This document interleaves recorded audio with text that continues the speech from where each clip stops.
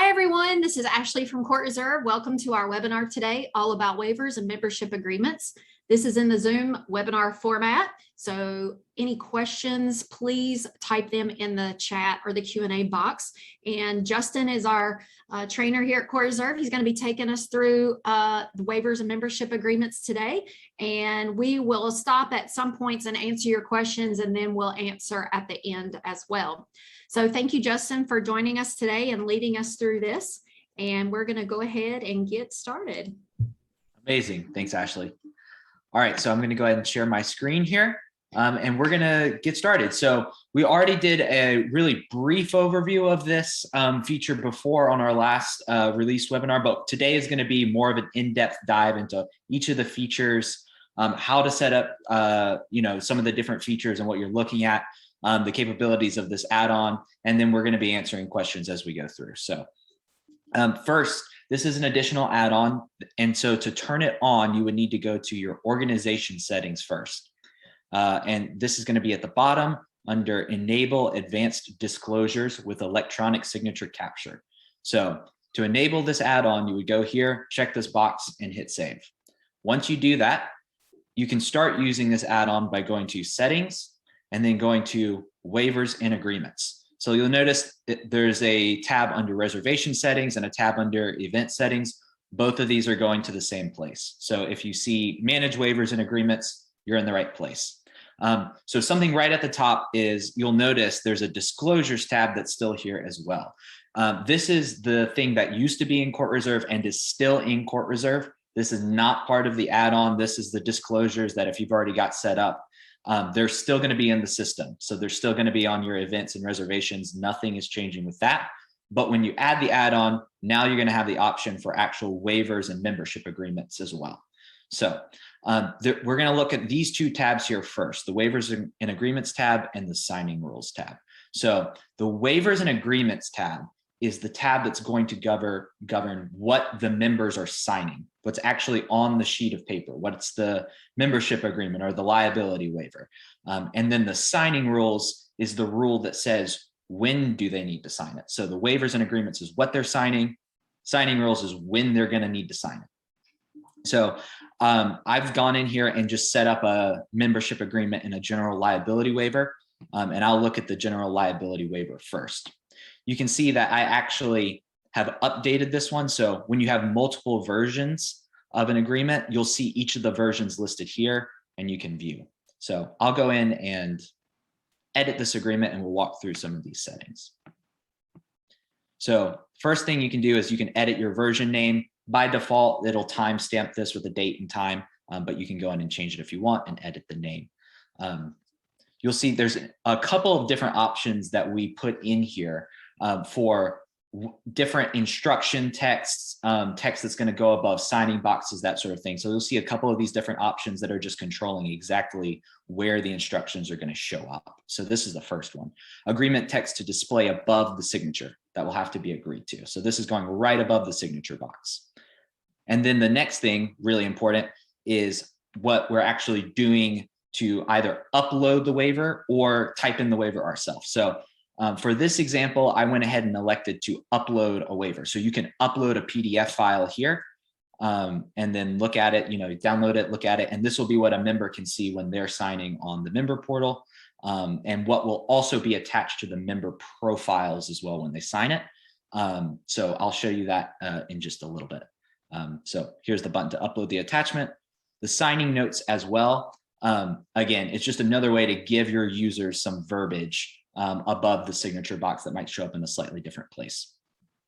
And then, of course, be sure to set it as active whenever you want it to be active.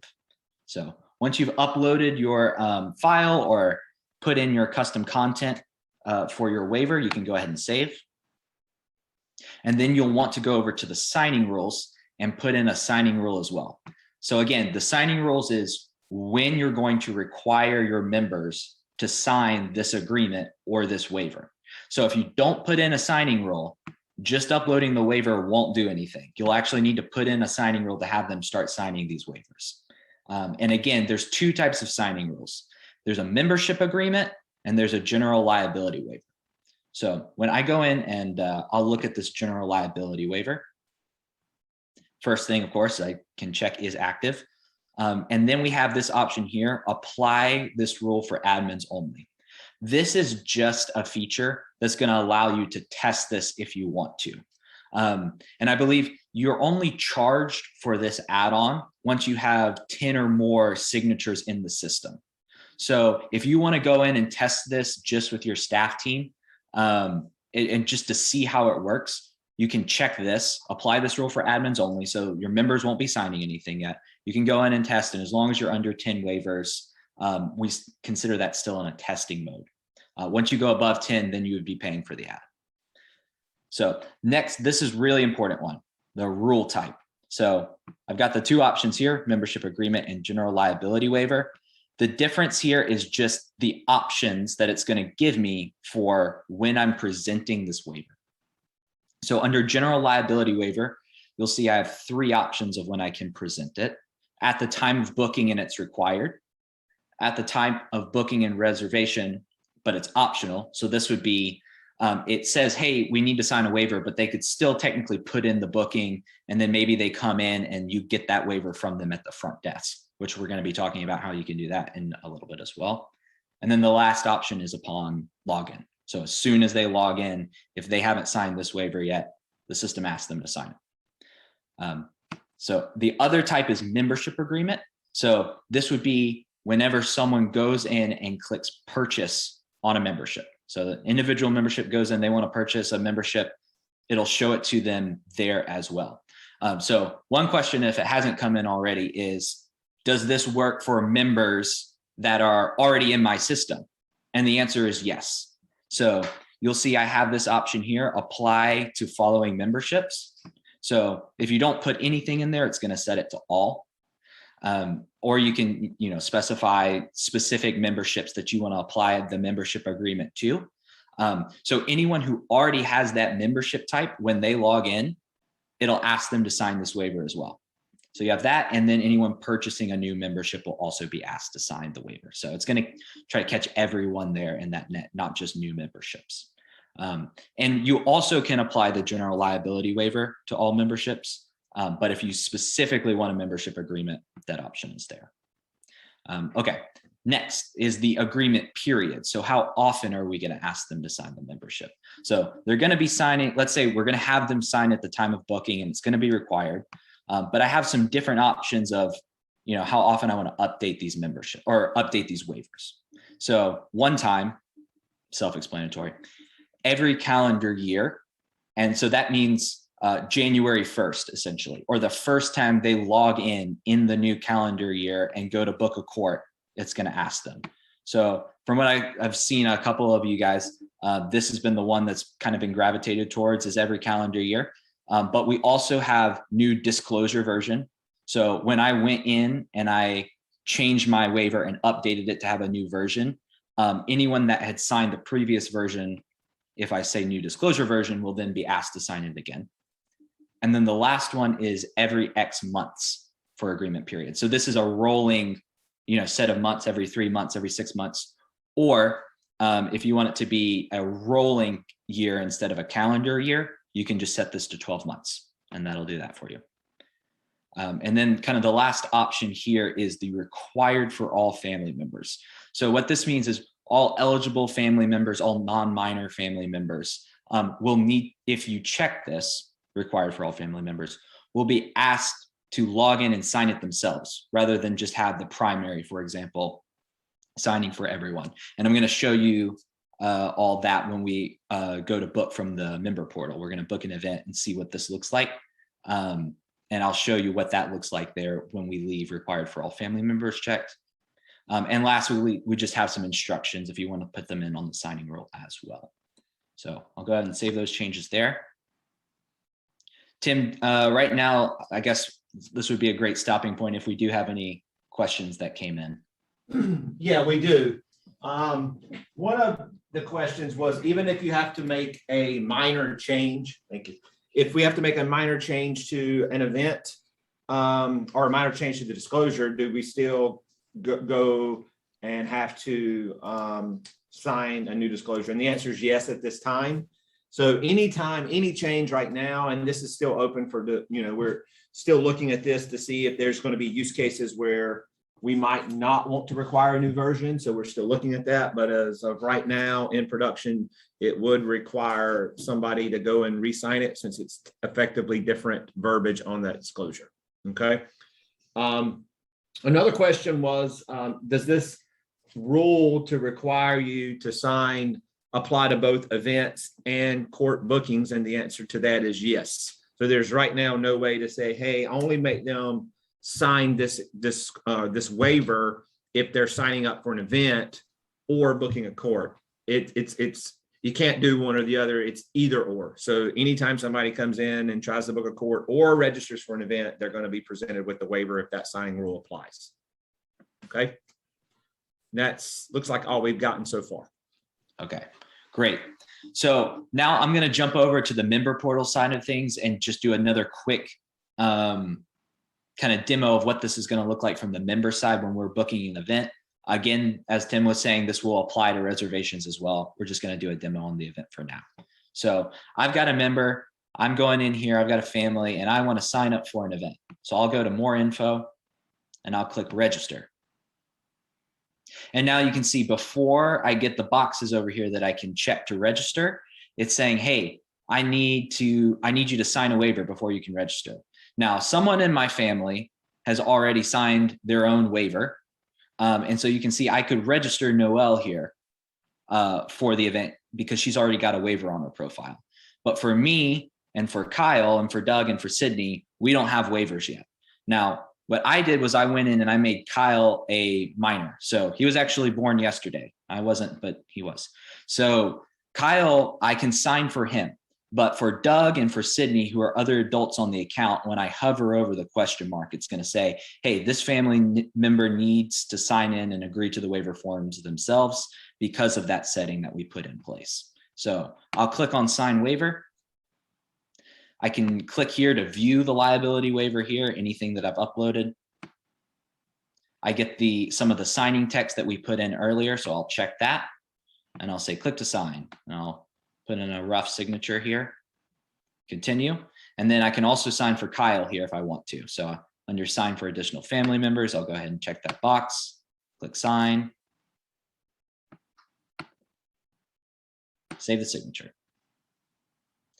And now I've got the option to register everyone in my family that has waivers. So I'll go ahead and register me for the event, click save, and I'm done. So now what should happen is I should have a waiver on my account. So if I go back and look at the admin side here now,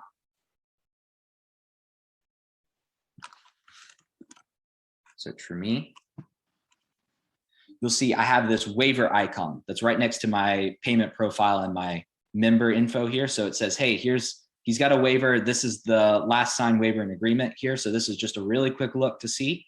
And then we've got a waivers tab here on the member as well, which is going to have all of the info that you want to see here. So name, what waiver he signed, what the version was, who it was signed by, the date it was signed, and even the signature here.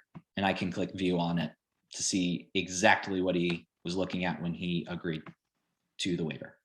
So for example, I could also go to my family right now, and let's go look at Kyle, who I also signed for. So you'll see exactly the same thing. I can see the waiver that he signed, but it'll say his name here, but it'll say it was signed by me at the time. So the system will make that distinction. Justin, let me stop you for just 1 second. Deborah asked two great questions I wanted to address for her. She asked, do they sign the live uploaded document so the waiver will be stored in the cloud, or just a document we posted in a court reserve? I just want to, they're not actually signing on the document. So the PDF's uploaded.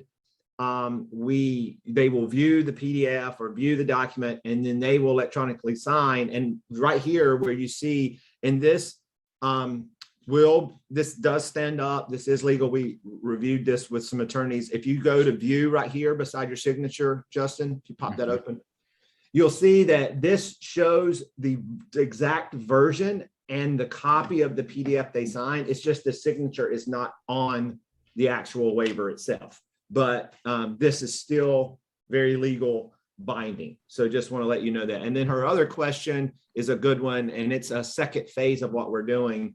She's asking that, can they ask additional questions on the form so they can capture additional information at the time of signing? So right now it is just a read and sign, but we do have plans to allow you to create custom fields so that when you are presented the waiver, you have to fill in the custom fields or answer the questions and then sign. So that is coming in a future release or a future enhancement of this add-on. Thanks, Great. Justin. Yep, great questions. All right, so I know right there, that's just something that we demoed already with our release webinar. Now I want to dive in and I'm going to show you, we're going to go back to settings, and we're going to take a look at some of the additional settings you can add on here. Specifically, I've got someone at my front desk.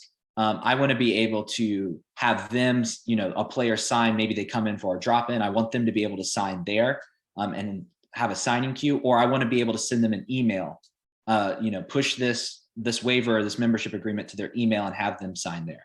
So what you can do is you can go to additional settings, and there's a couple options here to take a look at. So this first one is send waiver liability reminder link. So I can check this and it gives me the option to add an additional message to add in to emails that just says, hey, this organization requires certain waivers, liability forms, etc. You can customize this message. And then we also, if we want to use the front desk functionality, obviously we need to check allow signing at front desk here. And this next setting here, default allow sign in from email to be checked when pushing to queue. I'll show you this in a second. So just mentally log that. This is just an option for a default when we actually are using this signing page. So what I would love to do is just really quickly run through an example of someone coming in for a drop-in event, for example. They come up to your front desk, the front desk person signing them in, checking to see if they need a waiver, and then pushing that to the signing queue right there, and just how easy that is to do. So for example, I can go to the events list on the admin side and say, okay, I want to sign someone up for, open play. So let's go to sign someone up for open play here. The dates will show up and I can see right now, Justin Paul, when I was testing this, I went in, he does have a waiver right now, but let's add someone that doesn't have a waiver. So let's go in and register members here. And let's add Doug. Doug's a great guy. So you can see, even when I'm adding these players, I'm getting this icon here that says pending signature that lets me know, hey, this person has something that they're going to need to sign when they get on this event. So we'll go ahead and register Doug.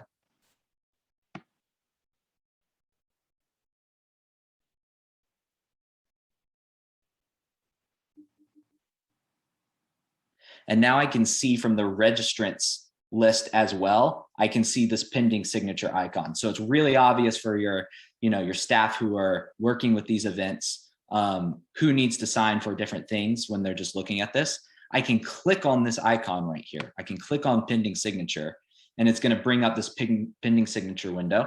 And I can push to the signing queue. And this is that option that I was referencing about allow signing from email. So if I check this, it asks for the email that I'm going to send this waiver, this agreement to.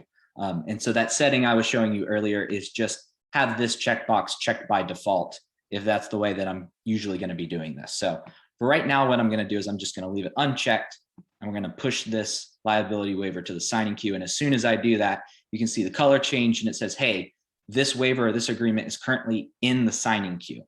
And so what is the signing queue? Well, the signing queue is similar to a self-checking kiosk or something like that. It's just a way that a member can sign at the front desk. So I've pulled it up here on just a different window. You should be able to see that right now. So this is just a signing queue that's pulled up. I can see Doug is in here. Here's when it was created. Here's what he's signing. He can click sign. And I get the exact same signing screen that I got earlier when I was booking, except now, this could be on a tablet at your front desk and they're signing right there. Or it could be via their email if I check that option as well. So I sign, the waiver's been signed, great. Now I'll just switch back over to the admin view. And now he's not pending signature anymore. He's good to go. I can go to Doug's account and the waivers there as well. And so that's just what that process can look like for you. Give your front desk some options there if that's something that you're interested in. Any other questions, Tim, right now on that? I'm looking. So will you create a waiver for club guests too? Right now, we haven't planned that or scoped that at this point. It is something that it's a great idea, and it's something that we can definitely look at doing. I'm assuming you're talking about those that are actually in as guests and not those that are non-members or guests memberships, because you can still do those. But if it's truly a guest where they just type their name, yeah, we'll have to figure out the best way to handle that. But currently that is not part of this add-on. And yes, this push, he's getting ready to show you membership agreements. So Fiona, just hang tight and you'll see some of that functionality. And if you still have questions on that after he shows you that, you can ask. Okay. Okay, great. So yeah, so let's hit membership agreements real quickly then. It's going to be a very similar process. Again, really, what's the difference here? It's just when we're asking for this, right? So for the general liability waiver, it's asking me for this whenever I go to create an event registration or book a reservation. But I'll go ahead and turn on this waiver and agreement as well for the membership agreement, and we can show that. So I'll say is active here. And then let's go to the signing role. And I'm actually going to change this membership. So it's not just our summer membership, but it's all memberships, just so we can show this. So I'll go edit the signing role here. And now let's go to the member portal. And I will be signing up for a new membership now. So actually not, nope, I lost it. Not seeing my memberships tab. That's probably because you are already a member on this, under this profile, maybe. Yeah, I am. All right, so let's just. So you could just go out if you want to. You can just come in anonymously in your incognito, or just go into that particular account that you're on, logged in under, and cancel your membership and go back in there. Yeah, let's just cancel my membership real quickly here. So go to membership, just cancel. And cancel my individual as well.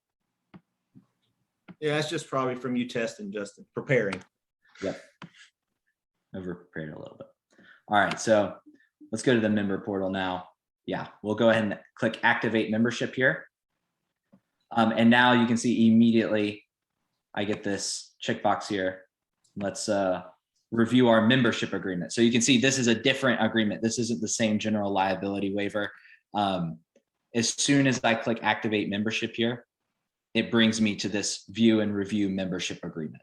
So I can read that, but I get the similar signing box. I click to sign, save signature, and I've got the signature now. So now I can go to activate membership, and I can click join plan on any of these memberships that are here.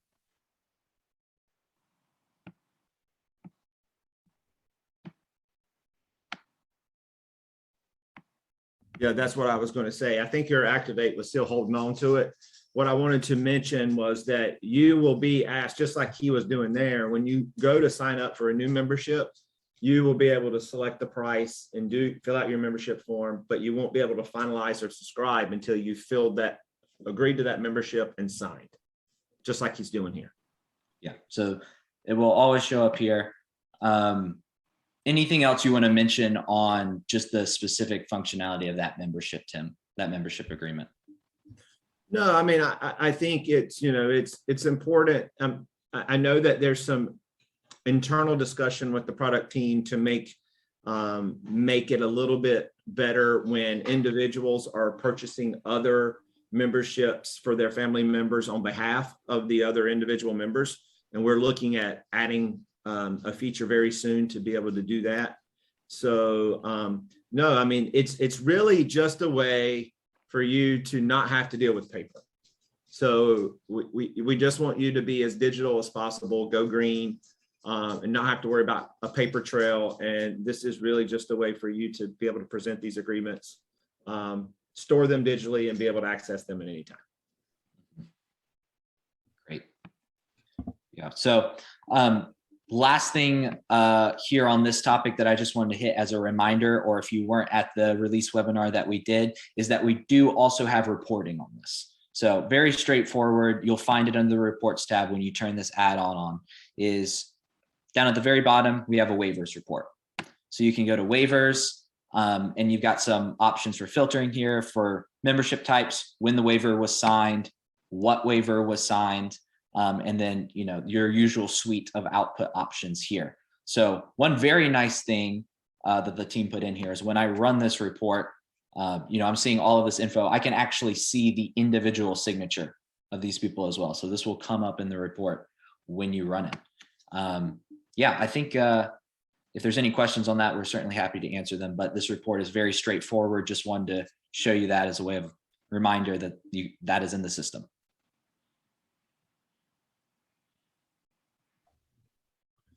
So Fiona said there does seem to be a purchase path where the waiver doesn't appear on membership renewal. So push can work for membership agreement too. I'm not quite following that question. Maybe Fiona, we can take that offline. It sounds pretty specific to something that you're trying to do for your organization. So we will have one of our team members reach out to you for that one. You're very welcome. One thing I do want to say, Justin, I know you're wrapping up here, but one thing that if you can go back to the signing rule, we had some really good feedback from some early adopters of this add-on. And one thing that somebody, Deborah, I know you're on the call, you're going to appreciate this one. One thing that we were asked to do was present a rule so that someone can sign based on when they're registering. So let's say you want to create a waiver and you want it to be a 2021 waiver, and you only want it to be signed when somebody registers for something in 2021, AKA that year. So you can, what we're going to do is give you one more additional setting at the disclosure level to say, hey, I only want this disclosure signed if somebody tries to book a court during these dates. So if you got a 2021 waiver, you can set it from 1/1/2021 to December 31st, 2021, and make it a one-time signing rule. And then you can just do that year to year. And then as long as if somebody's not looking for anything in that year, they would never be asked to sign. So this way, when 2021 here in a couple months is winding down and you get people wanting to go ahead and sign up for programming or book courts in 2022, this will make it an easy transition to do that. So just be on the lookout for that. That's coming in the next week or so. And I think that's going to, be very valuable to a lot of you folks. Right now, Justin, we don't have any other questions. Oh, I did just see. Yep. Okay. You're welcome, Deborah. All right. Well, if we don't have any other questions right now, then I'll go ahead and turn it back over to Ashley. If you have more questions, of course, you know where to find us, support@courtreserve.com, and we're always happy to answer your questions there. So. All right. So follow-up questions, like Justin said, reach out to our live chat support team, and we will be putting this up on the YouTube channel later this week. Hope you guys have a great day. Take care.